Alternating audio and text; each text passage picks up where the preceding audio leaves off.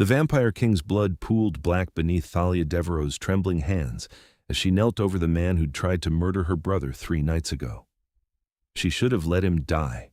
Every rational fiber in her body screamed that leaving Xerxes Parrish to bleed out in this abandoned subway tunnel was exactly what he deserved. But Thalia had never been good at listening to reason, not when someone was dying in front of her, not even when that someone had fangs and eyes like frozen silver and had nearly ripped Marcus's throat out in the alley behind her apartment. "Don't," Xerxes rasped, his pale hand shooting up to grip her wrist with surprising strength for someone who'd been stabbed through the chest with what looked like a wooden stake wrapped in iron chains. "Don't waste your mercy on me, human." "Shut up," Thalia snapped, pressing both hands against the wound. The blood was cold, viscous, nothing like human blood. It stained her nursing scrubs black in the dim emergency lighting. "I'm not doing this for you. I'm doing it because I can't watch anyone die, not after everything I've seen." She'd followed him down here after her shift at Mercy General, tracked him through 3 blocks of downtown Seattle with nothing but fury and a tire iron she'd grabbed from her trunk. She'd wanted answers. She'd wanted justice for Marcus, who was still in ICU with massive blood loss and trauma. She'd wanted to scream at this creature who'd terrorized her family. What she hadn't expected was to find him collapsed against the subway tunnel wall, barely conscious, with that stake protruding from his chest and 5 other vampires circling him like sharks. Thalia had done something incredibly stupid then. She'd screamed at them, brandished her pathetic tire iron, and put herself between Xerxes Parrish and his executioners. The other vampires had laughed at first. Then, the tallest one, a female with hair like spun ice and a dress that looked like it cost more than Thalia's car, had tilted her head and studied her with unnerving intensity. "How curious," the female vampire had murmured. "The king's victim protecting him. Perhaps there's more to this story than we were told." Then they'd simply left, melting into the shadows like smoke, leaving Thalia alone with the vampire who'd destroyed her world. "You're insane," Xerxes said now, his voice rough with pain. "They could have killed you. They should have killed you." "Yeah, well, I've been told I have a death wish." Thalia examined the stake, her nursing training kicking in despite the surreal situation. The wood was embedded deep, but the iron chains wrapped around it were what seemed to be causing the most damage, burning his pale flesh wherever they touched. "This is going to hurt." "Everything hurts," Xerxes said, but there was something almost like amusement in his tone. "Why did you follow me, Thalia Devereaux?" The sound of her full name in his mouth made her freeze. "How do you know my name?" "I know everything about you. Your brother, your apartment, your schedule at the hospital, your preference for black coffee with too much sugar, the way you volunteer at the homeless shelter every Saturday." His silver eyes fixed on her face, and despite his weakened state, the intensity of his gaze made her skin prickle. "I've been watching you for 3 months, Thalia's hands stilled on the chains. "That's not creepy at all. I never said I wasn't a monster." Xerxes coughed, black blood flecking his lips. "But I'm not the monster who attacked your brother. I saw you. I saw your face in the security footage. You saw my face because I arrived 30 seconds after the real attacker fled. I pulled Marcus away from the edge of death, sealed his wounds enough that he would survive until the ambulance arrived." Xerxes closed his eyes, exhaustion etched in every line of his angular face. "I saved his life, and it nearly cost me my throne." Thalia sat back on her heels, processing this. "Explain. Now, before I change my mind about the whole not letting you die thing."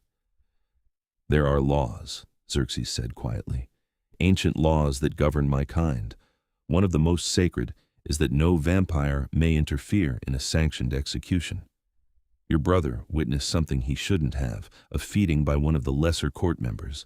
The penalty for human witnesses is death, always. It's how we've survived in secret for millennia. That's barbaric. That's survival." Xerxes opened his eyes again, and Thalia saw something that looked almost like regret there. "But I broke that law. I stopped the execution. I saved a human life, even though it meant betraying my own people because—" He trailed off, that silver gaze boring into her. "Because he was your brother, because I knew what losing him would do to you." Thalia's breath caught. "You don't even know me. I told you I've been watching you for 3 months. Every day you walk into that hospital and fight for people who will never know your name. You work double shifts. You hold the hands of dying patients. You cry in the supply closet when you lose someone. And then you go right back out and do it all over again. Xerxes' voice dropped to barely above a whisper. You are the most extraordinary human I have encountered in 800 years of existence, Thalia Devereaux, and I am hopelessly, catastrophically in love with you. The world seemed to tilt sideways. Thalia stared at him, this beautiful, terrifying creature who just upended everything she thought she knew. You're delirious from blood loss, she finally managed. Perhaps. A ghost of a smile touched his lips. But I'm not wrong. Thalia forced herself to focus. She could process the emotional bombshell later, preferably with a very large glass of wine and her best friend Sophia to talk her down from whatever ledge she was standing on. Right now, she had a patient who was dying, and that was something she knew how to handle. I need to remove the stake and chains, she said, falling back into her professional voice. You'll heal, right? Once they're out? If I have blood. Fresh blood. Xerxes' eyes flickered to her throat, then away. Which I don't have access to at the moment. What happens if you don't get blood? I'll die. Eventually. It might take days, but I'll die. Thalia pressed her lips together, thinking. This was insane. Everything about this situation was insane. But she'd already crossed about 17 lines tonight, and what was one more?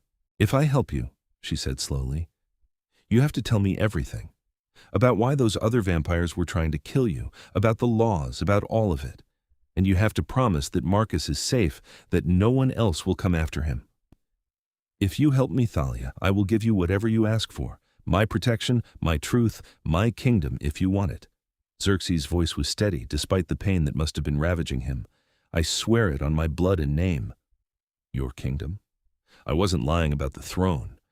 I'm Xerxes Parrish, king of the northern bloodline, lord of the Crimson Court, and apparently a traitor to my own kind. He grimaced.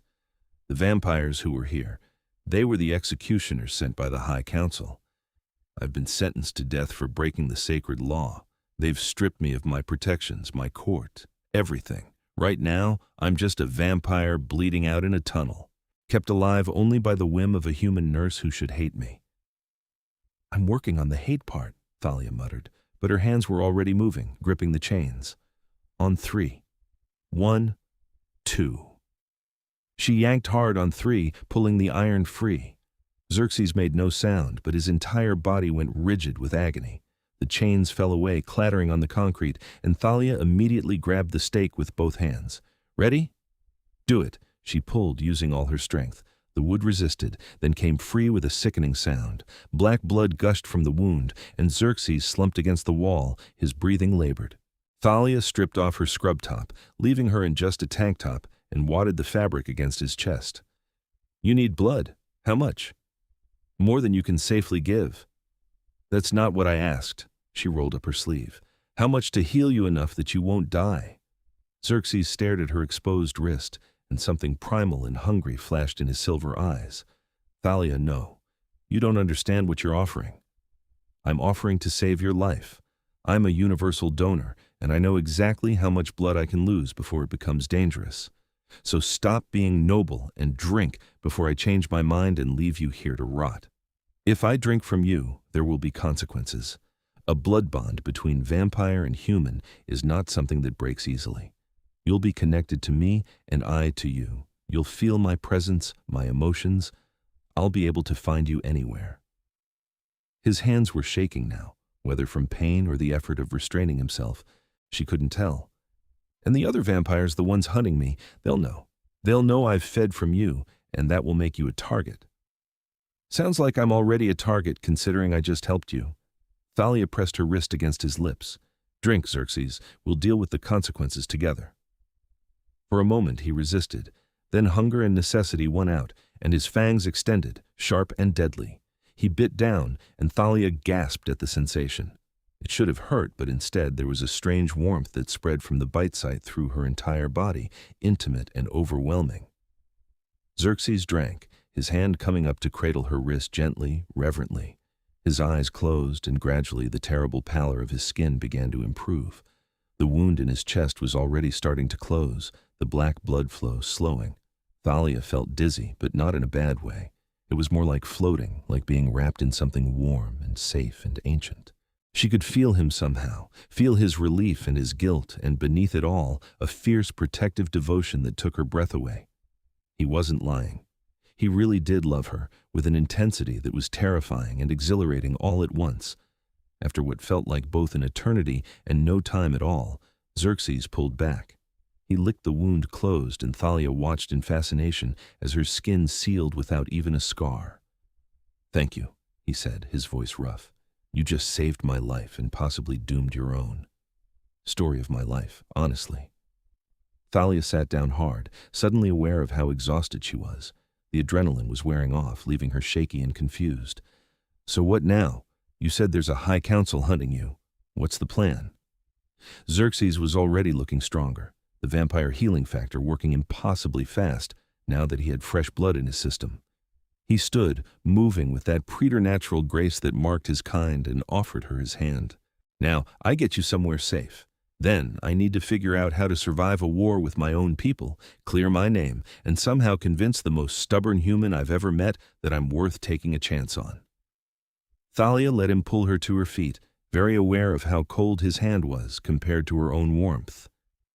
"You're pretty confident for someone who just got overthrown and nearly assassinated." "I've ruled the northern bloodline for 4 centuries, Thalia. I've survived 17 assassination attempts, 3 coups, and 2 wars with the southern territories.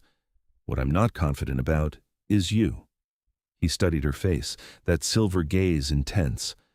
"I've had 400 years to learn strategy and politics and how to kill my enemies, but I've had 3 months to learn you, and I still have no idea how to make you see me as anything other than the monster who hurt your brother."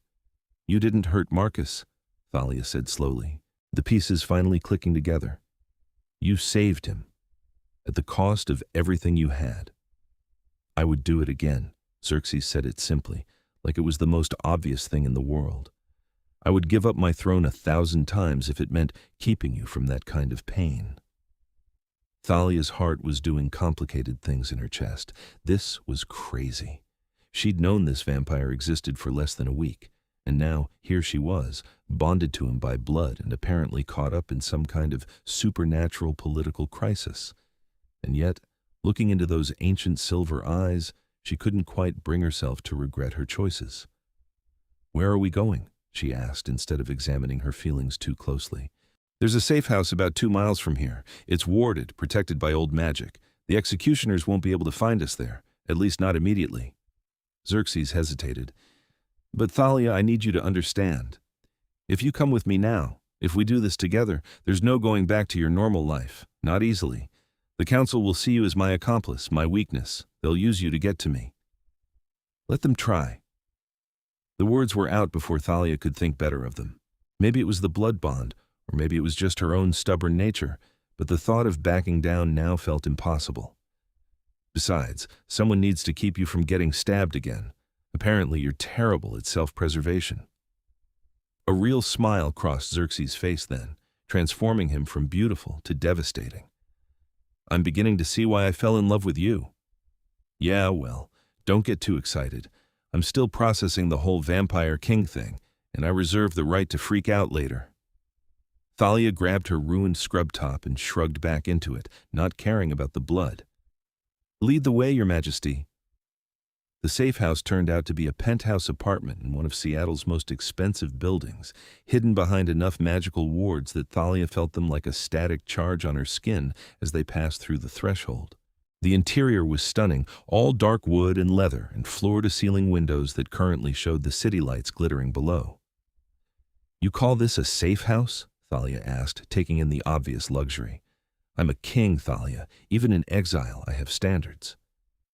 Xerxes moved through the space with easy familiarity, heading toward what looked like a bathroom. "You should clean up. There are clothes in the bedroom. Help yourself to anything. I need to make some calls, reach out to what's left of my allies." Thalia followed him, too wired to just sit still. "How many allies do you have left?" "Honestly, I don't know. When I saved your brother, I knew there would be consequences, but I underestimated how quickly the council would move. They called an emergency session, declared me in violation of the sacred laws, and had me stripped of my title within 24 hours. He turned on the water, began washing the blood from his hands. His movements were controlled, precise, but Thalia could see the tension in his shoulders. Most of my court will follow the council's ruling. That's how our society works. The laws are absolute, and breaking them is an unforgivable sin, even when the law is unjust. Xerxes glanced at her, something like pride in his expression. Even then, vampires are creatures of tradition, Thalia. We've existed for thousands of years by following strict rules, maintaining absolute secrecy. One vampire acting on emotion, on mercy, threatens the entire structure. So you're just supposed to let innocent people die? Follow orders like a monster? Yes. He said it flatly. That's exactly what I'm supposed to do. That's what every vampire before me has done, what keeps us safe from human discovery and persecution. I broke that compact, and now I'm paying the price. Thalia moved closer, studying him in the bathroom's bright lights.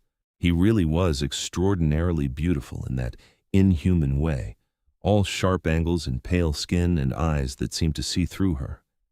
The blood was gone now, and his chest wound had healed completely, leaving only a faint silver scar. "Do you regret it?" she asked quietly. "Saving Marcus?" Xerxes turned to face her fully, and the intensity in his gaze made her breath catch. "I regret nothing. I would burn my entire kingdom to ash if it meant keeping you safe, keeping you whole. Marcus is a piece of you, someone you love, and therefore his life is worth more to me than any throne or title or law." He reached out, his cold fingers gentle as they brushed her cheek. "You've undone me, Thalia Devereaux. 800 years of careful control, of following duty above all else, and you've shattered it all in 3 months without even knowing I existed." "I don't understand," Thalia whispered. "How can you love someone you've only watched from a distance?" "Because in watching you, I saw everything I'd forgotten I could be. Compassion, selflessness, genuine care for strangers. You walk through the world like it's worth saving, even when it's cruel and unjust. You fight for every life like it matters, because to you it does." Xerxes' thumb traced her lower lip, the touch electric. "I've spent centuries being exactly what I was made to be, a ruler, a warrior, a creature of blood and darkness, but watching you, I remembered what it felt like to be something more, something better." Thalia's heart was hammering so hard she was sure he could hear it.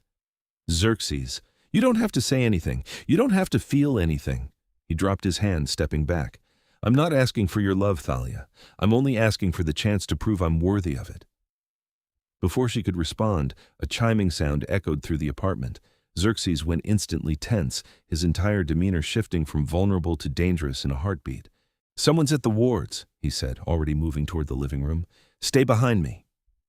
But Thalia was already reaching for the tire iron she'd dropped by the door earlier. "I don't do damsel in distress very well. I'm learning that." There was dark amusement in his tone despite the danger. The front door opened and a female vampire swept in.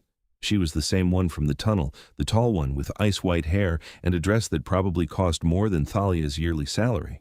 Up close, she was even more intimidating, with eyes like chips of blue ice and an aura of power that made the air feel heavy. "Lady Seraphine," Xerxes said, his voice carefully neutral. "I'm surprised to see you here. Come to finish what the other executioners started?" "Don't be dramatic, Xerxes. It's beneath you." Seraphine's gaze swept the room, landing on Thalia with calculating interest. "And you must be the human who's caused all this chaos. How delightful. She's even more interesting up close." "Thalia, this is Lady Seraphine Valendor, one of the High Council members and arguably the most dangerous vampire in existence after me." Xerxes positioned himself between them, subtle but unmistakable protection. "Seraphine, you have 30 seconds to explain why you're here before I assume hostile intent." "So suspicious, though I suppose you've earned that given the circumstances." Seraphine moved with liquid grace to the windows, staring out at the city. "I'm here because the High Council made a mistake, and I'm one of the few with the spine to admit it." "A mistake," Xerxes repeated, his tone dripping skepticism. "The sacred laws exist for a reason, yes, but they were written in a different time, for a different world. We've held to them without question for so long that we've forgotten they were created by vampires, not handed down by gods. They can be changed. Seraphine turned, her expression serious. What you did, saving a human who'd witnessed a feeding, it violated tradition. But it also showed something we've forgotten: mercy, discretion, the ability to think beyond blind enforcement. The council didn't seem to share that perspective when they sentenced me to death. Because you acted alone, without consultation, and made us all look weak. The younger vampires are already questioning why we need such harsh laws, why we can't coexist with humans more openly in this modern age. Your act of mercy, noble as it was, fed into that rebellion. Seraphine's gaze shifted to Thalia again. But perhaps there's a way to turn this situation to everyone's advantage. Thalia felt like she'd wandered into a conversation way above her pay grade, but she wasn't about to stay silent. What do you want? Direct. I like that. Seraphine smiled, though it didn't reach her eyes.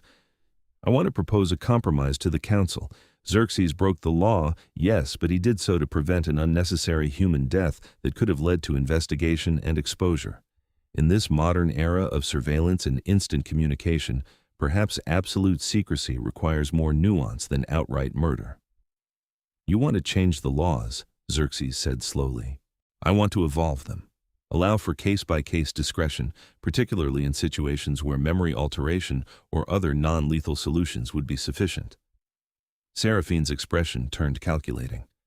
But the council won't listen to me alone. They need proof that this change is necessary, that the old ways are failing us. They need a symbol. Me, Xerxes said. Both of you. Seraphine looked between them. A vampire king who chose mercy over duty, and the human nurse who saved his life despite having every reason to let him die. A blood bond between species, formed not from dominance, but from mutual choice. It's a powerful narrative, one that could shift the entire political landscape. Thalia's mind was racing. You want us to be some kind of poster children for vampire-human cooperation? I want you to prove that the old laws are killing us more surely than any rebellion could, that we can survive without murdering every human who accidentally stumbles onto our existence. That mercy doesn't equal weakness. Seraphine's voice was passionate now, the cool facade cracking. I've lived for 2,000 years, watched our kind dwindle and hide while humanity spreads across every corner of the globe. We can't keep existing in the shadows forever, not with their technology advancing so rapidly. We need a new path forward, and you two might be exactly the catalyst we need.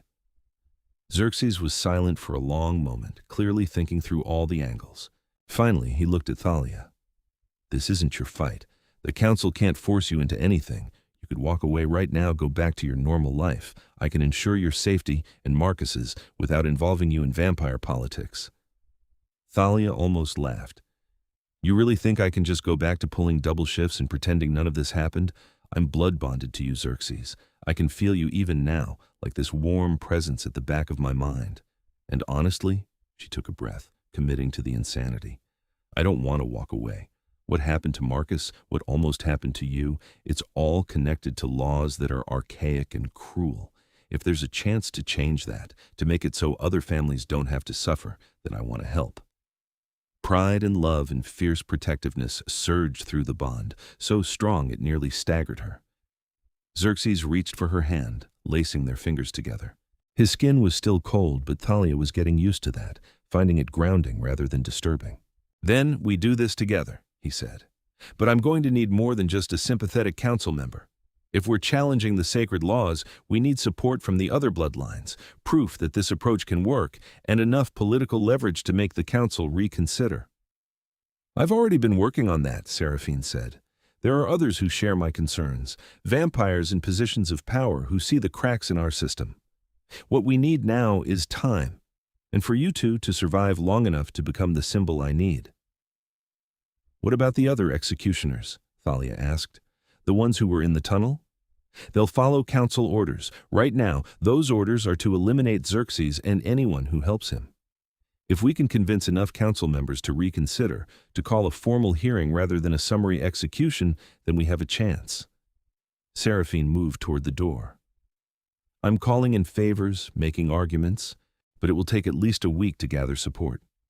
Until then, you need to stay hidden and stay alive." "Why are you helping us?" Thalia asked. "What do you actually get out of this?" Seraphine paused, something almost like sadness crossing her ancient face. "I had a human once, centuries ago. Someone I loved more than power or immortality or any of the empty pleasures our kind usually pursues. The laws said I couldn't keep him, couldn't turn him without council permission, couldn't even protect him from the natural course of his mortal life. So I watched him age and die, and I've been alone ever since." She looked at Xerxes and Thalia, her expression complex. "I'm helping because I don't want to see another vampire suffer what I suffered, because maybe, if we change things now, others won't have to choose between love and law." Then she was gone, disappearing into the night with that supernatural speed that still made Thalia's rational mind rebel. "Can we trust her?" Thalia asked. "As much as we can trust any vampire with their own agenda." Xerxes pulled her toward the couch, sitting them both down.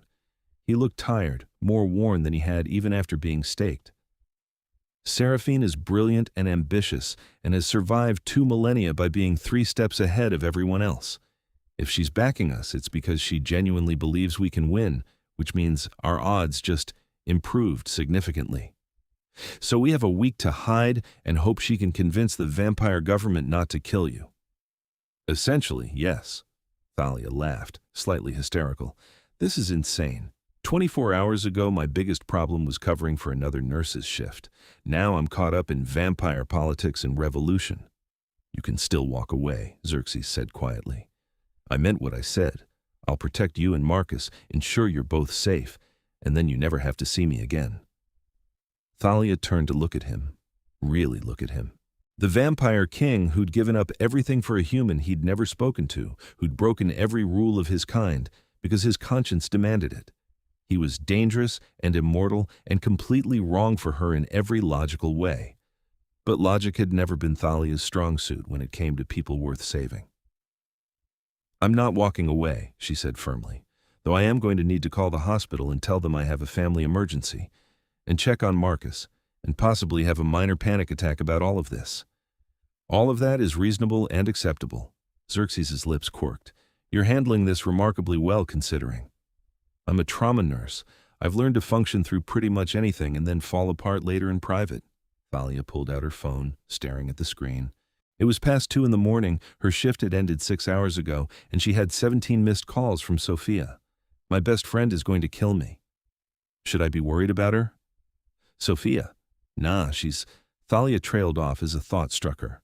"Actually, you should probably meet her. She's been telling me for months that I need to get out more, take more risks, live a little. This definitely qualifies. You want me to meet your best friend while we're hiding from vampire executioners?" "I want some semblance of normalcy while my entire world is turning upside down," Thalia corrected. "And Sophia deserves to know why I'm about to disappear for a week. Plus, she's a paralegal. She might actually have useful advice about the whole changing ancient laws thing." Xerxes looked bemused but didn't argue. "As you wish. Though I should warn you, most humans find prolonged exposure to vampires unsettling. Sophia once talked down a man who was threatening to blow up a courthouse. I think she can handle you." Thalia started typing a text, then paused. "Question. Can the council track my phone?" "Not directly, but they can track patterns and locations. It's better if you don't contact anyone from your normal life while we're here." Thalia bit her lip, torn between caution and concern for the people she loved. Finally, she compromised, sending a single text to Sophia. "Safe. Family emergency. We'll explain soon. Don't worry." Then she turned off her phone and removed the battery for good measure. "Paranoid much?" she asked Xerxes. "I've survived 800 years by being paranoid." He stood, moving to a cabinet that opened to reveal an impressive array of weapons. "We should prepare for the worst. If the executioners find us before Seraphine can work her political magic, we'll need to be ready to run or fight." Thalia watched him check various blades and stakes with practiced efficiency. "Have you ever fought other vampires before?" "Constantly. Vampire politics are complicated, and challenges to authority are common, especially when you're young. I've killed 17 vampires who tried to take my throne, wounded dozens more. He selected a particularly wicked-looking blade. But those were duels, formal challenges with rules and witnesses. What we're facing now is different. The executioners won't follow any code of honor. They'll simply kill us both as quickly and efficiently as possible. Comforting. You asked. Xerxes turned to face her. Thalia, I need you to understand something. If it comes down to a fight, your only job is to survive. Run, hide, do whatever you have to do. Don't try to help me, don't try to fight, just survive. That's not happening, Thalia said flatly. We're in this together, remember? I'm not going to hide while you get killed protecting me. You're human, fragile, one good hit from a vampire, and you're dead. And you're apparently suicidal when it comes to protecting people you care about, so I guess we're both liabilities. She crossed her arms.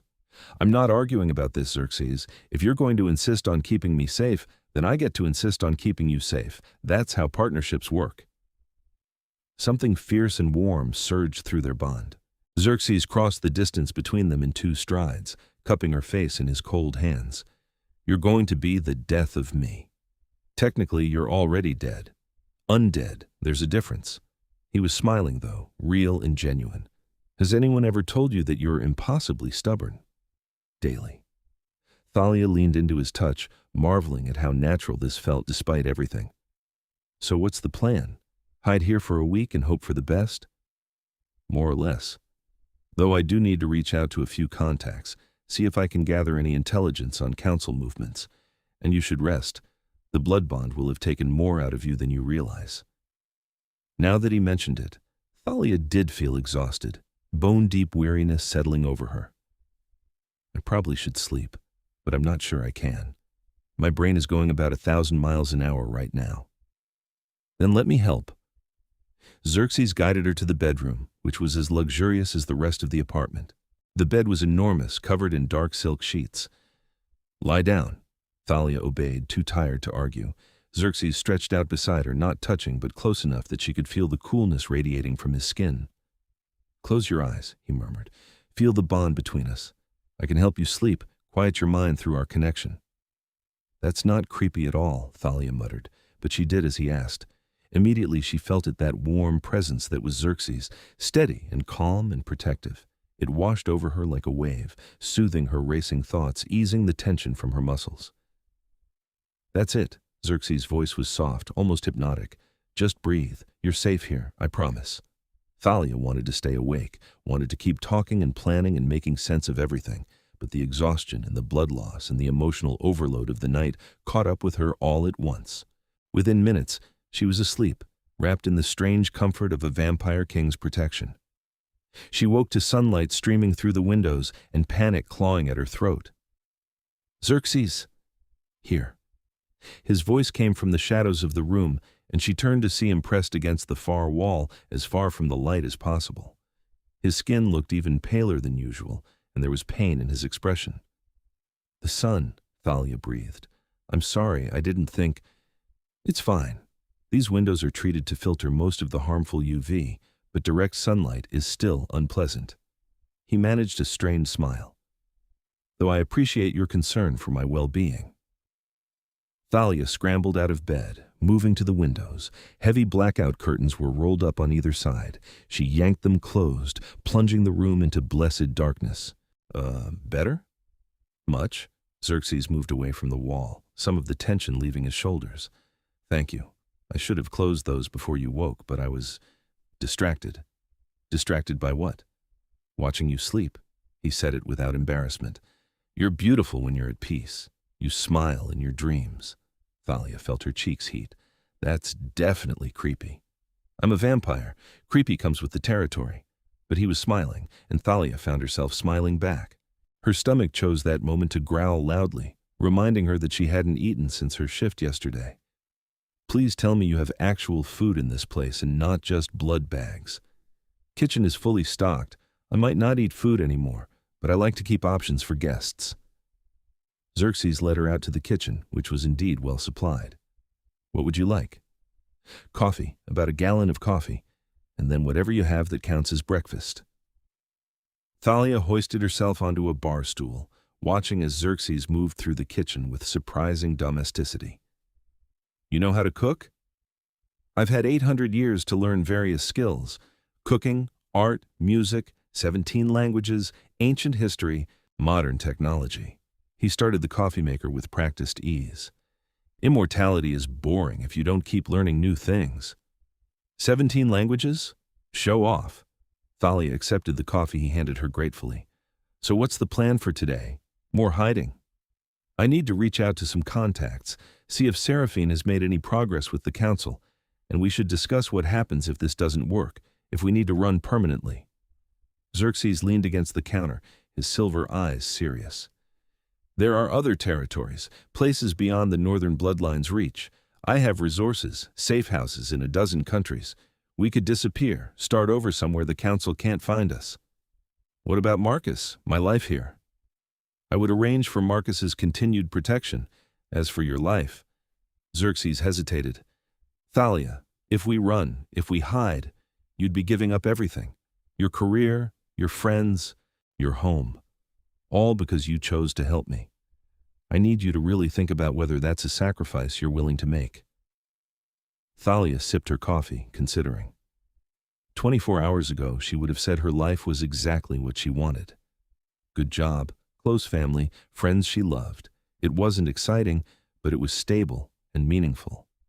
But now, sitting in a vampire king's safe house while supernatural executioners hunted them, she felt more alive than she had in years. There was terror, yes, but also purpose and connection, and something that felt suspiciously like hope. I'm not ready to run yet, she said finally.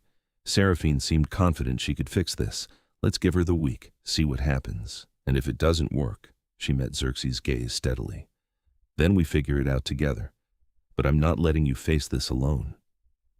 The emotion that flooded through their bond was overwhelming gratitude and love and wonder all mixed together. Xerxes crossed to her, pulling her off the stool and into his arms. He was cold and hard and nothing like a human, but Thalia found she didn't care. I don't deserve you, he murmured against her hair. Probably not, Thalia agreed, but you're stuck with me anyway. They stayed like that for a long moment, just holding each other. Then Xerxes' phone buzzed, shattering the peace. He pulled back reluctantly, checking the message. His expression went dark. We have a problem. What kind of problem? The kind where 3 more executioners just entered the city, and one of them is Casimir Thornwood. He's the council's best hunter, hasn't failed a kill in 2 centuries. Xerxes was already moving, gathering weapons. Seraphine is trying to stall them, but Casimir won't wait for politics. If he's here, he's coming for us tonight. Thalia's heart hammered. So what do? We don't do anything. You're going to stay here behind the wards while I lead them away. Make them chase me while you stay safe. Absolutely not. Thalia grabbed his arm. We already had this conversation. I'm not letting you play sacrificial hero. Thalia, you can't fight vampires. You'll die. Then teach me something I can do to help. You've got a whole arsenal of weapons. There has to be something. She was desperate now, terrified at the thought of him leaving. Please. Xerxes, don't ask me to sit here waiting to hear if you're dead. Xerxes stared at her for a long moment, clearly warring with himself. Finally, he cursed in what sounded like very old Latin and moved back to the weapons cabinet. Fine, but you follow my lead exactly. And if I tell you to run, you run. Understood? Understood. He selected several items: wooden stakes, silver chains, and what looked like glass vials filled with clear liquid. Holy water. It won't kill a vampire, but it burns like hellfire. If you get cornered, throw one of these. Aim for the eyes. Thalia took the vials carefully, tucking them into her pockets. What else? Vampires are fast and strong, but we're not invincible. Decapitation kills us permanently. So does complete destruction of the heart. Fire works too, though it takes a while. He handed her a stake. If you have to fight, go for the heart. Don't hesitate. Don't give them time to react. Just strike fast and hard. I've never killed anything before, Thalia whispered. And hopefully you won't have to tonight. But I need you prepared for the worst. Xerxes pulled her close again. I won't let them hurt you, Thalia. I swear it on everything I am. But I need you to be smart and careful and survive, because if something happens to you, I don't think I could bear it. The bond between them pulsed with fierce protectiveness, and Thalia felt her own determination solidify. She wouldn't be a liability tonight. She would be whatever Xerxes needed her to be. They spent the afternoon preparing. Xerxes taught her the basics of vampire combat, how to predict their movements, where to strike, how to use an opponent's speed against them. Thalia absorbed everything with the focused intensity she usually reserved for medical procedures. As the sun began to set, Xerxes' phone buzzed again. "They're coming. Casimir and the other two just crossed the northern district. They'll be here within the hour." He looked at Thalia, his expression torn. "Last chance to hide, please." "No." Thalia checked her weapons, making sure everything was secure. "We fight together." Xerxes closed his eyes briefly, then nodded. "Then we do this smart. The wards will slow them down, give us warning when they breach.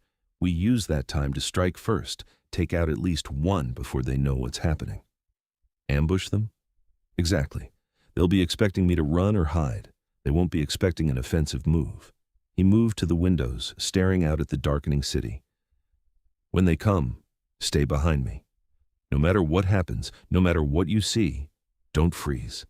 Keep moving, keep thinking. Can you do that?" "Yes." Thalia's hands were shaking, but her voice was steady. "I can do that." They didn't have to wait long. As full darkness fell, Thalia felt something change in the air, a pressure that made her ears pop and her skin prickle. The wards were being tested. "They're here," Xerxes murmured. He positioned himself by the door, utterly still in that predatory way vampires had. "Remember, stay behind me. Strike only if you have a clear opening. And if things go wrong—" "They won't!"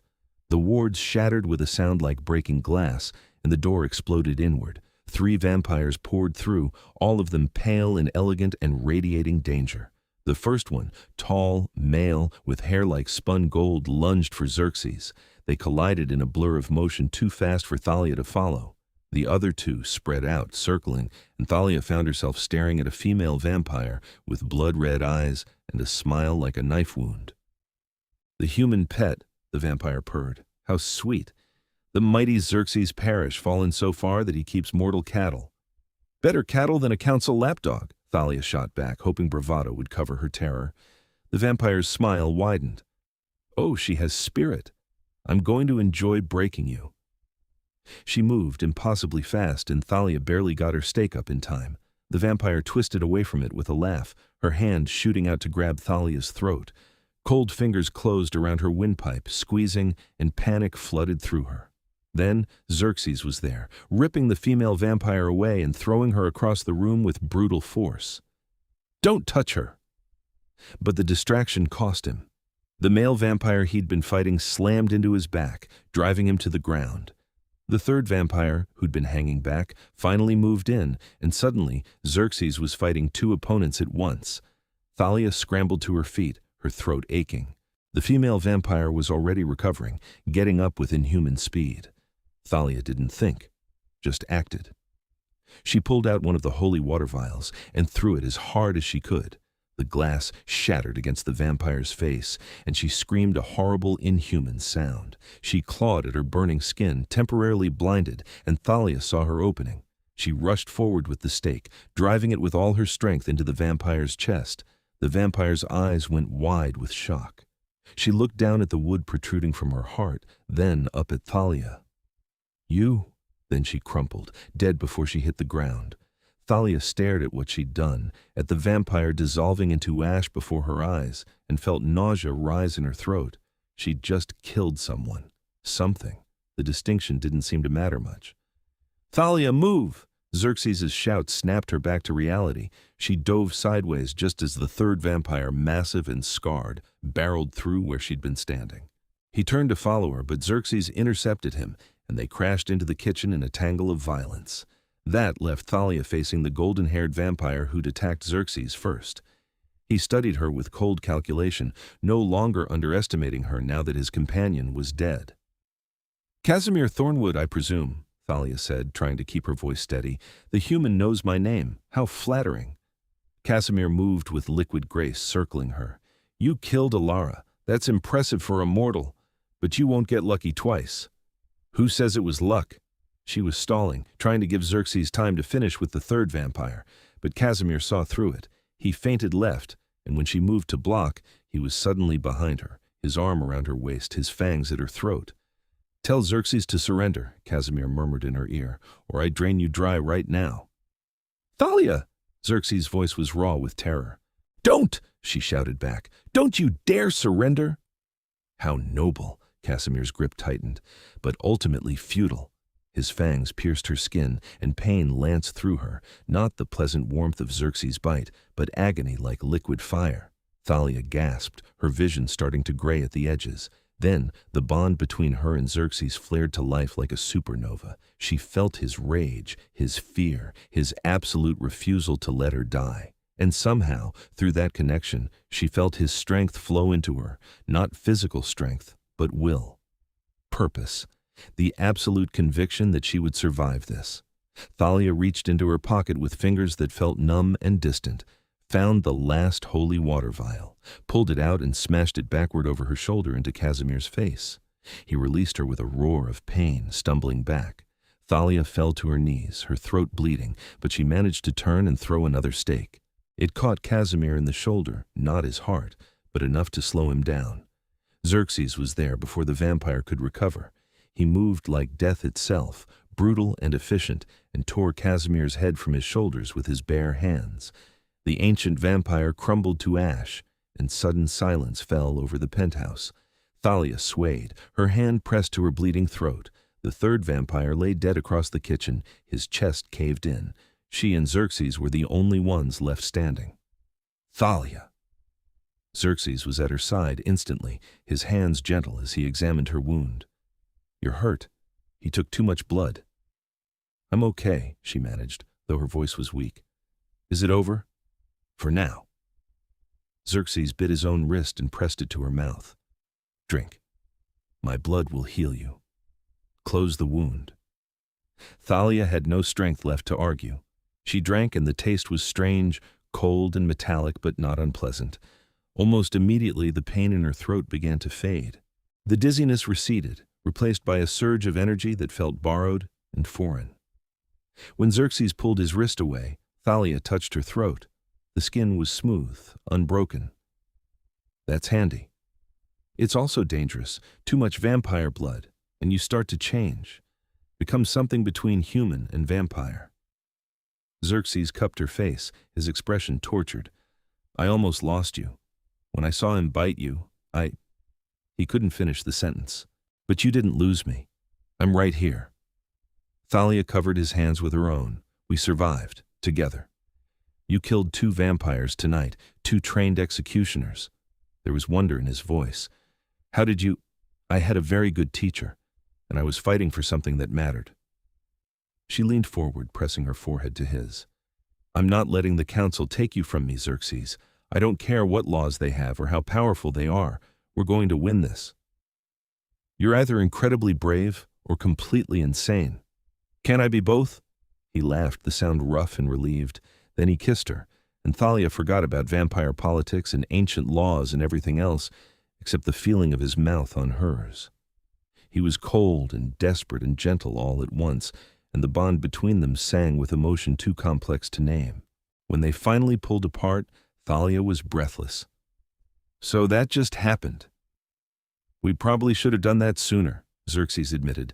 "I've been wanting to kiss you since the first time I saw you, 3 months ago outside the hospital." "That's still creepy, but I'm willing to overlook it given the circumstances." Thalia looked around at the destroyed penthouse, the piles of ash that used to be vampires. "We need to get out of here. If Casimir found us, others will too." "Agreed. I know another safe house, better protected." Xerxes was already moving, gathering weapons and supplies. "And I need to contact Seraphine, let her know what happened. Killing 3 executioners, including Casimir, that changes everything." They fled into the night, moving through Seattle's dark streets with purpose. Xerxes led her through alleys and side streets that Thalia didn't know existed, taking a route that seemed designed to lose anyone following. The new safe house was across town, a nondescript apartment building that looked nothing like the luxury penthouse. But the interior was just as well appointed, and more importantly, The wards were strong enough that Thalia felt them like a physical barrier. As soon as they were inside, Xerxes made his call. Thalia heard his side of the conversation, terse and urgent, reporting what had happened. "Seraphine is furious," he said when he hung up, "not at us at the council for sending Casimir without consulting her. Apparently there was supposed to be a week for negotiations, but someone pushed for immediate action." "Someone wants you dead before Seraphine can change minds," Thalia said. "Exactly. Which means we have enemies on the council who won't be swayed by politics or reason." Xerxes ran a hand through his white hair, frustration clear in every line of his body. "But it also means Seraphine now has ammunition. We defended ourselves against council-sanctioned executioners and survived. That alone is proof that the old ways aren't working. So what's next? Now we wait for Seraphine to call an emergency session, force the council to address this formally rather than through assassins." He turned to Thalia, his silver eyes intense. "And you need to decide once and for all how deep into this you're willing to go.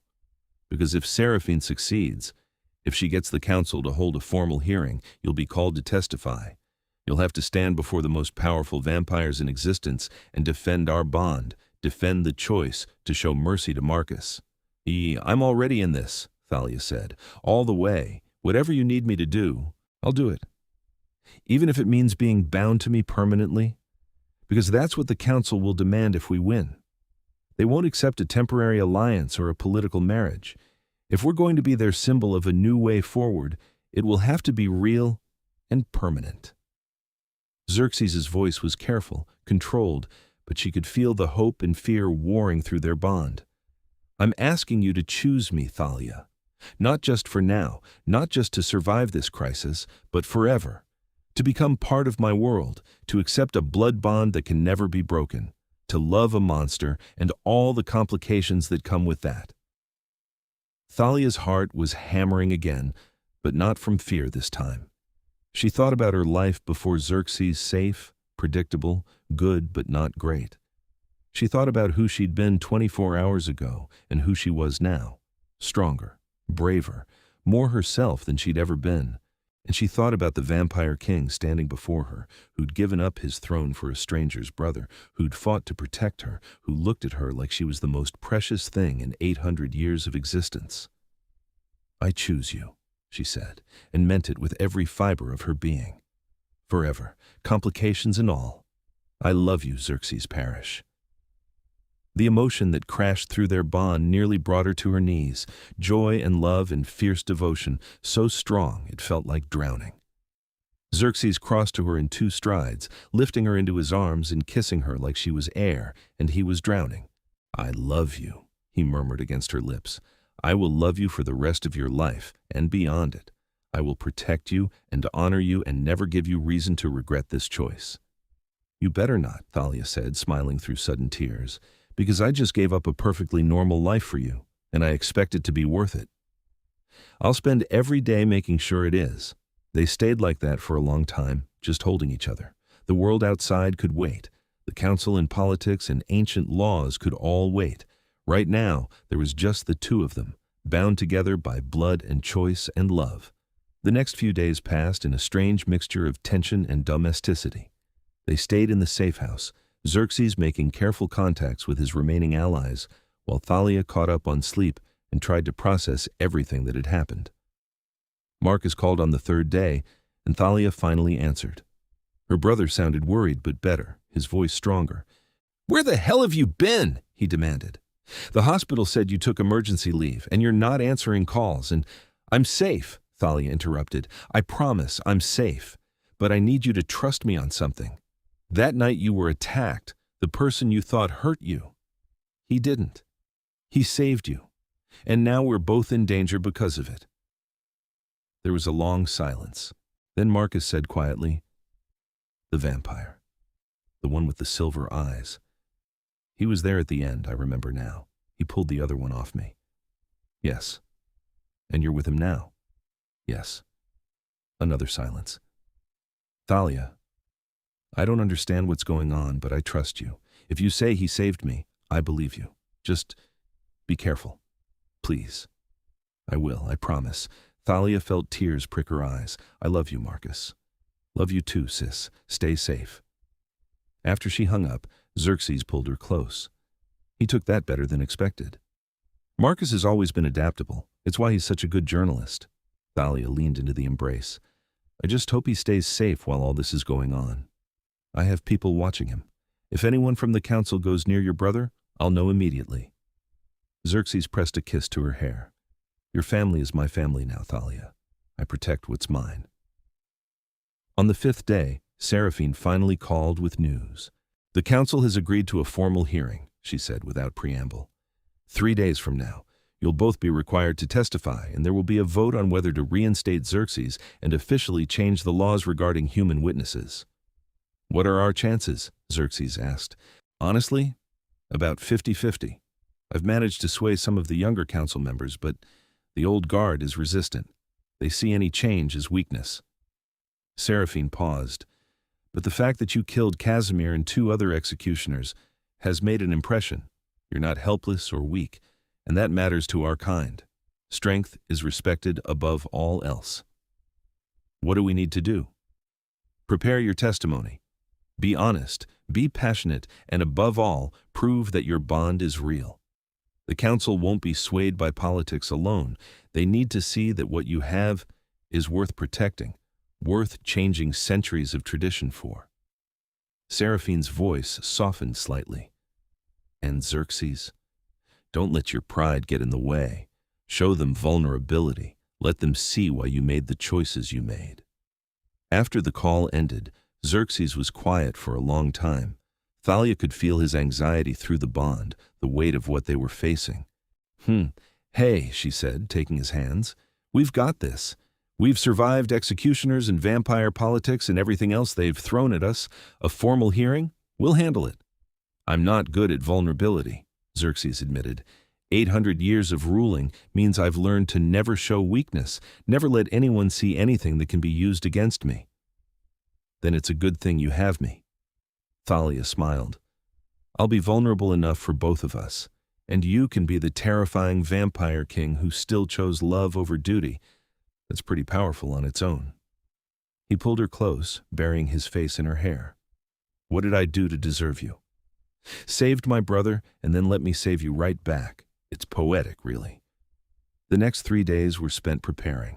Seraphine sent information about council protocols, about the vampires who would be judging them, about the arguments that would likely be used against them. Thalia absorbed it all, her nursing training serving her well. She was good at processing information under pressure, good at staying calm when everything was chaos. The night of the hearing arrived too quickly and not quickly enough. Xerxes dressed in what Thalia could only describe as vampire royalty formal wear, all black leather and silver chains and an aura of power that made him look every inch the king he was. Thalia wore a simple dress that Seraphine had provided, dark blue and elegant without being ostentatious. She looked at herself in the mirror and barely recognized the woman staring back. 3 weeks ago she'd been a tired nurse with a normal life. Now she was about to testify before a vampire council to defend her relationship with an immortal king. Ready? Xerxes asked, offering his hand. No, Thalia said honestly, but let's do this anyway. The council chambers were hidden beneath Seattle, in a vast underground complex that Thalia never would have known existed. The architecture was ancient, all stone and torches and Gothic arches that belonged in a medieval castle, not under a modern city. The council itself sat in a semicircle of ornate chairs, 12 vampires who represented different bloodlines and territories. They were all beautiful and terrible, ageless and powerful, and their collective gaze felt like physical weight on Thalia's skin. Seraphine stood to one side, her expression carefully neutral. On the other side were 3 vampires who Thalia instinctively knew were hostile, their body language aggressive. Xerxes Parrish, the eldest council member spoke, his voice like gravel. You stand accused of breaking the sacred laws, of interfering in a sanctioned execution, and of forming an unsanctioned bond with a human. How do you plead? Guilty to all charges, Xerxes said clearly, and I would do it again without hesitation. Murmurs rippled through the chamber. The elder vampire's eyes narrowed. You admit your crimes without shame? I admit my choices without shame. Whether they were crimes or justice, that's what we're here to determine. Xerxes stood tall, every inch the king despite having no throne. I broke your laws, yes, but I saved a life that didn't deserve death, and in doing so, I may have saved us all from a greater crime. Explain. And Xerxes did. He spoke about Marcus, about the feeding that had been witnessed, about the automatic death sentence. He spoke about surveillance technology and modern forensics, about how the old ways of simply murdering witnesses were becoming increasingly dangerous in a world where everything was recorded and investigated. We can't keep existing in the absolute shadows, he said passionately. Humanity has evolved. Their technology has evolved. We need to evolve too, or we'll be discovered and destroyed. Showing mercy, using discretion, finding alternatives to murder, these aren't weaknesses. They're survival. One of the hostile vampires spoke up, his voice dripping contempt. So we should just let humans know about us? Befriend them like pets? I'm not suggesting we reveal ourselves publicly. I'm suggesting we stop acting like monsters when it's no longer necessary, that we use our abilities, memory alteration, political influence, wealth to protect our secrecy without leaving a trail of bodies that will eventually be investigated. Xerxes gestured to Thalia. This human saved my life when she had every reason to let me die. She fought executioners at my side, proved her loyalty beyond any doubt.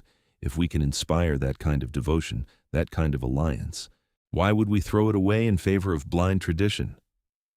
Because tradition is what protects us, another council member snapped. The moment we start making exceptions, we weaken our entire structure. Our structure is already weak, Seraphine cut in. We've lost dozens of vampires to hunters in the last decade alone. Our numbers dwindle while humanity grows. At some point, we have to adapt or face extinction. The debate raged for over an hour, vampires arguing points of law and tradition and survival.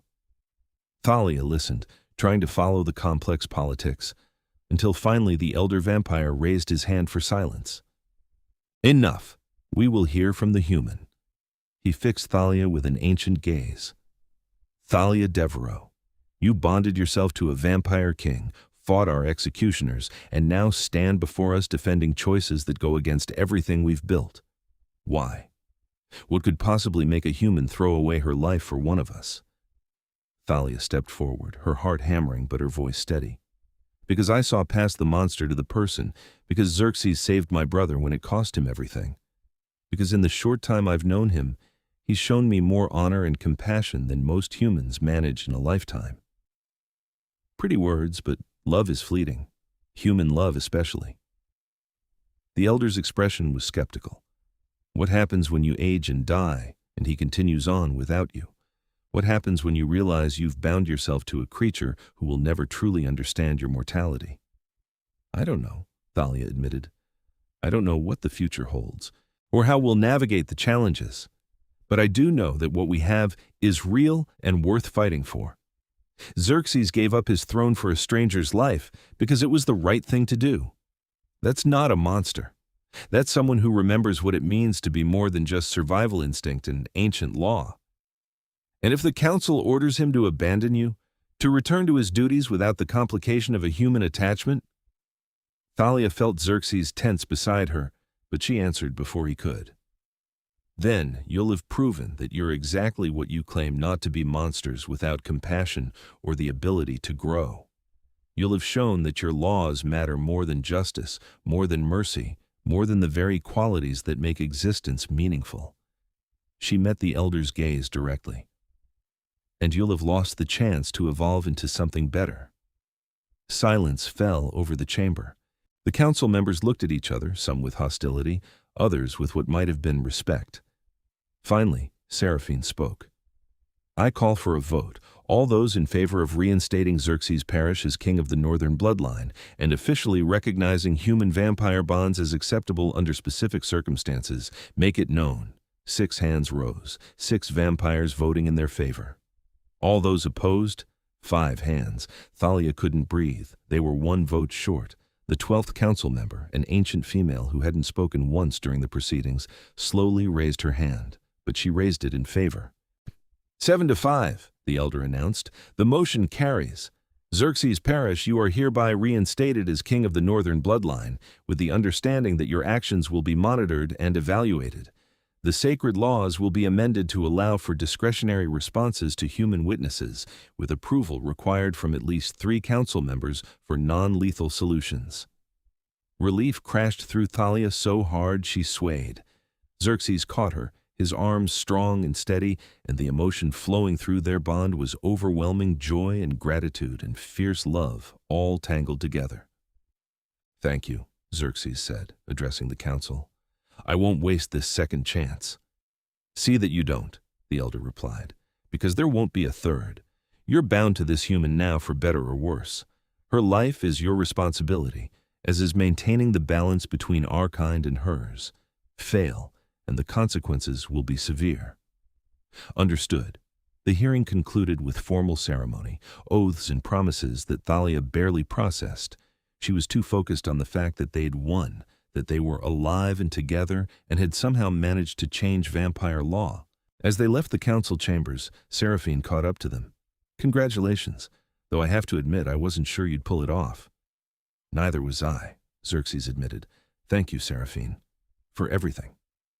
Thank me by proving I was right to back you. Show the council that mercy and tradition can coexist." She looked at Thalia with something like approval. "You did well, human. Not many could stand before the council and maintain their composure." "I've had practice with intimidating authority figures," Thalia said. "Hospital administrators are basically vampires without the fangs." Seraphine actually laughed at that. "I think I'm going to enjoy having you around. Welcome to vampire society, Thalia Devereaux. Try not to let it corrupt you completely." Later, back at the safe house, Thalia collapsed onto the couch with a sigh of relief. "We did it. We actually did it."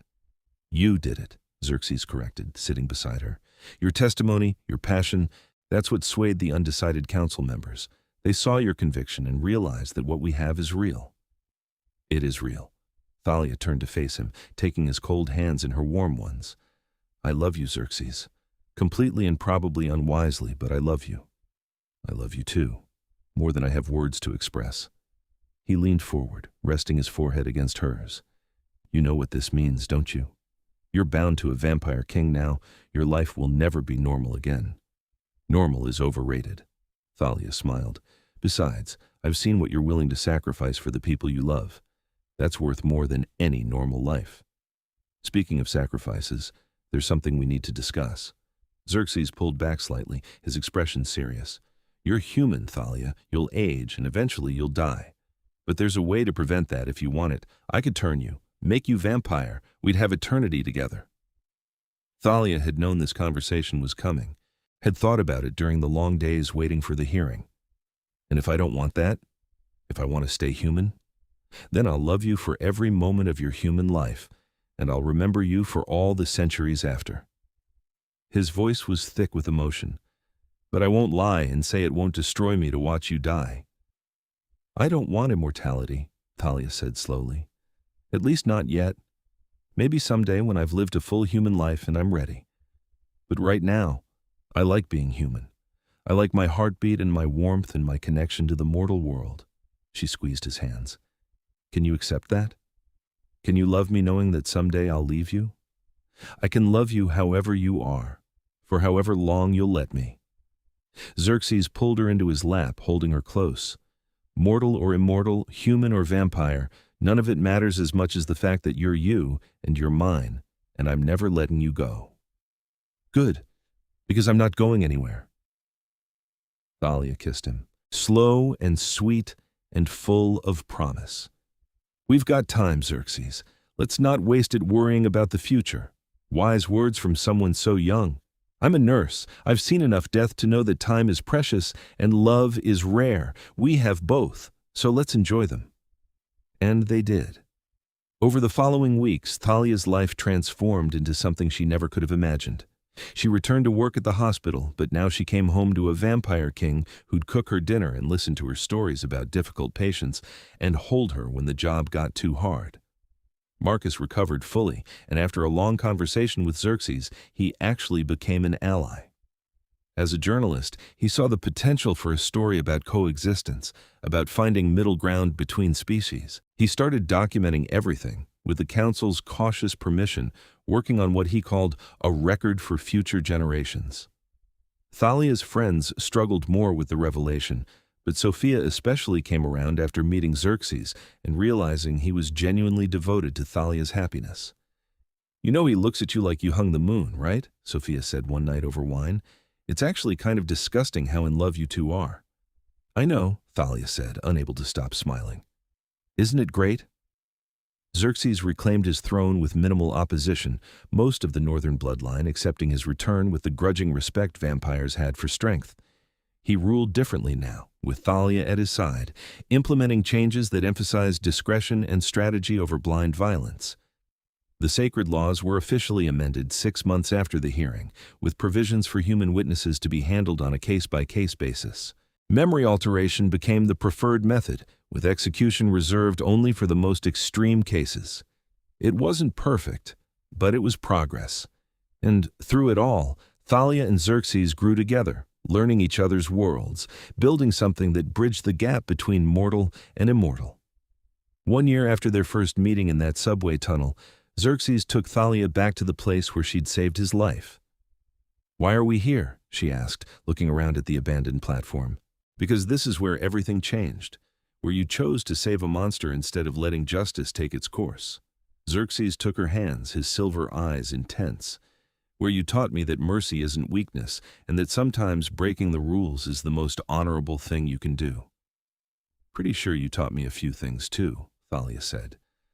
"Like how to fight vampires and navigate supernatural politics and—" "I love you," Xerxes interrupted.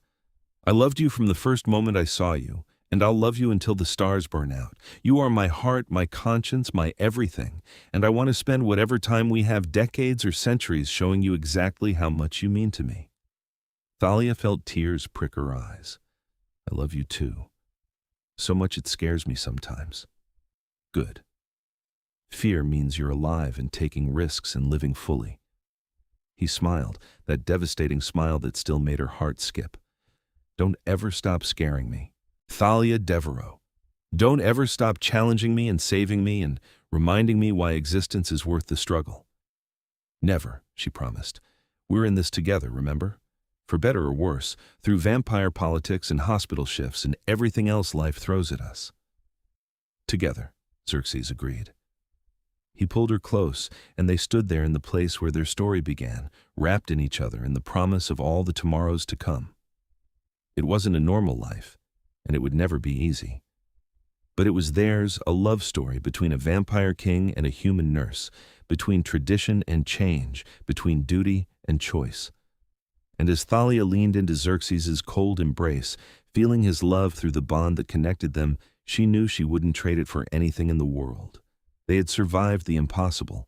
They had changed ancient laws and faced down executioners and proved that love could bridge even the gap between mortal and immortal. And that was just the beginning. The future stretched before them, uncertain but full of possibility. There would be challenges, obstacles, conflicts between their two worlds, but they would face them together, the vampire king and his nurse, bound by blood and choice, and a love that had already rewritten centuries of tradition. And that, Thalia thought as Xerxes kissed her under the tunnel's emergency lights, was the best adventure she could have asked for. Years passed, each one strengthening the bond between them and the changes they had implemented.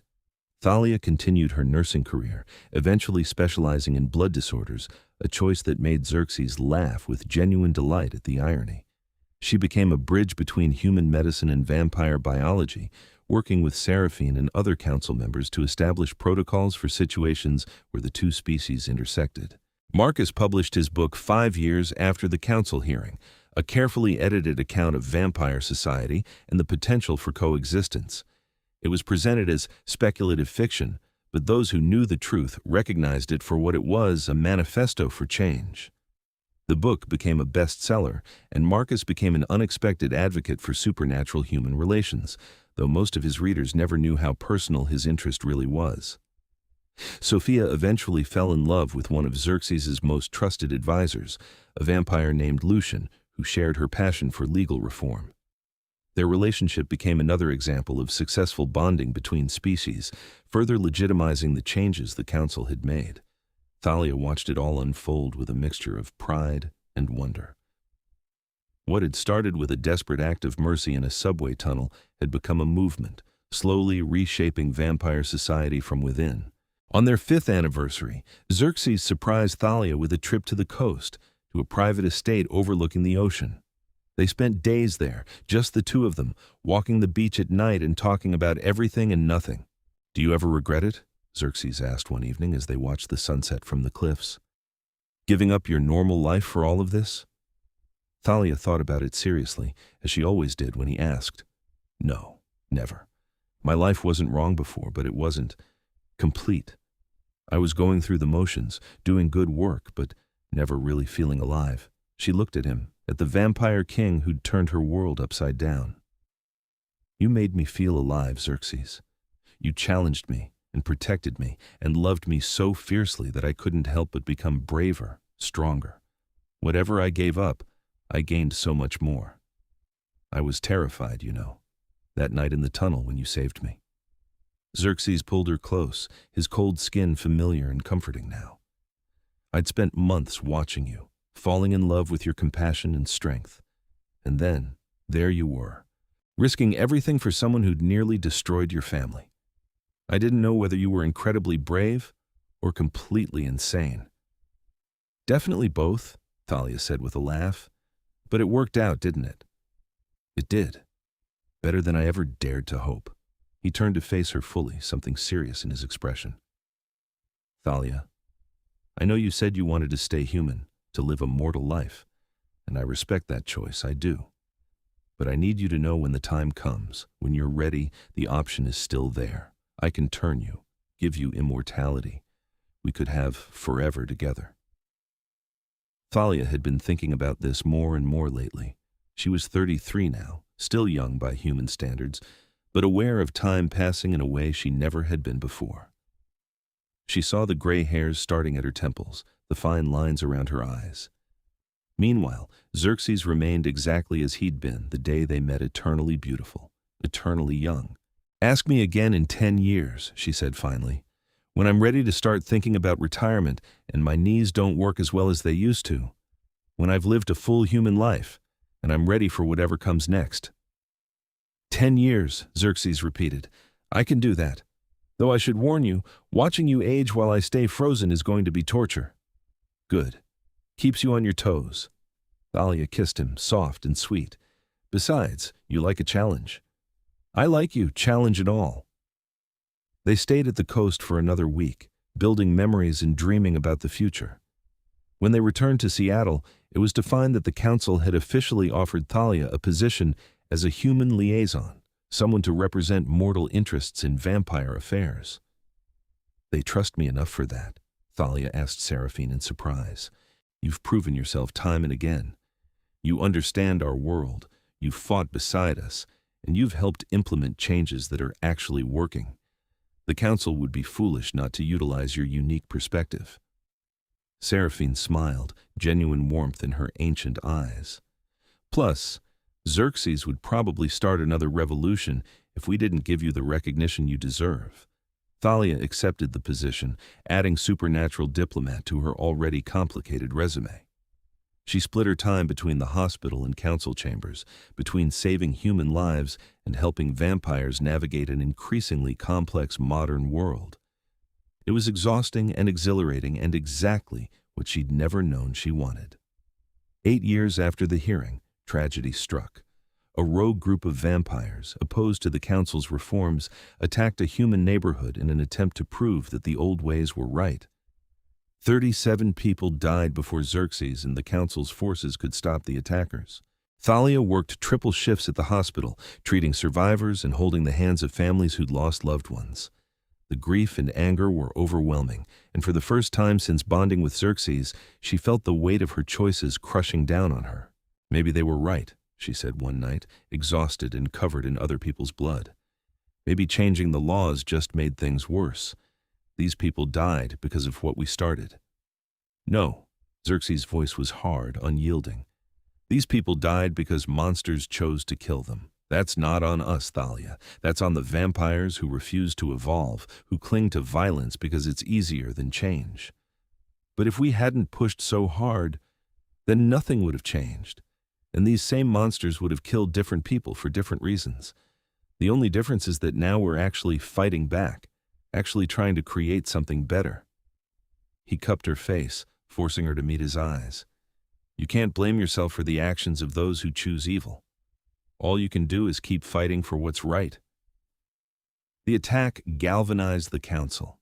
They cracked down hard on dissidents, making it clear that the new laws were permanent and non-negotiable. Xerxes personally led the hunt for the surviving attackers, and his justice was swift and absolute. The human families affected by the attack were quietly compensated, their memories altered to remember a gas leak rather than vampires. It wasn't perfect, but it was the best solution available. Thalia threw herself into her work, determined to honor the victims by making the new system work better. She helped establish protocols for monitoring at-risk vampires, early intervention for those struggling with the changes, and better integration between human law enforcement and vampire security forces. It took 2 years, but gradually the reforms solidified. The rogue attacks decreased, acceptance increased, and the world continued to turn with most humans, never knowing how close they'd come to disaster. On Thalia's 42nd birthday, she looked in the mirror and barely recognized herself. Not because she looked old, she didn't, not really. But there were changes. Gray streaks in her dark hair, lines at the corners of her eyes and mouth, hands that had seen years of hospital work and vampire politics, healing and fighting in equal measure. She was mortal, aging in a way Xerxes never would. And for the first time, she really felt it. That night, she found Xerxes in his study, reviewing council reports. He looked up when she entered, and the love in his silver eyes was as fierce as it had been the day they met. "I'm ready," Thalia said simply. He understood immediately. "Are you certain?" "I am. I've lived my human life. I've accomplished what I wanted to accomplish, helped the people I wanted to help. And now?" She moved to him, settling into his lap like it was the most natural thing in the world. "Now I want forever with you. I want to see where this journey takes us, where these changes we started lead. I want to be your partner in every sense, not just for decades, but for centuries." Xerxes' hands shook slightly as he cradled her face. "Once I turn you, there's no going back. You'll be vampire, with all the complications and challenges that entails. The bloodlust, the isolation from humanity, the eternal existence. I know, and I'm choosing it anyway. I'm choosing you, choosing us, choosing the future we're building together." Thalia smiled. "Besides, someone needs to keep you from getting too noble and self-sacrificing. Might as well be me for eternity." "I love you," Xerxes said, his voice thick with emotion. "More than existence itself. I love you too. Now stop being sentimental and turn me into a vampire already." He laughed, the sound full of joy and relief. "As you wish." The turning was painful in ways Thalia hadn't anticipated, but she'd faced pain before. She held on to Xerxes through it all, trusting him to guide her through the transformation.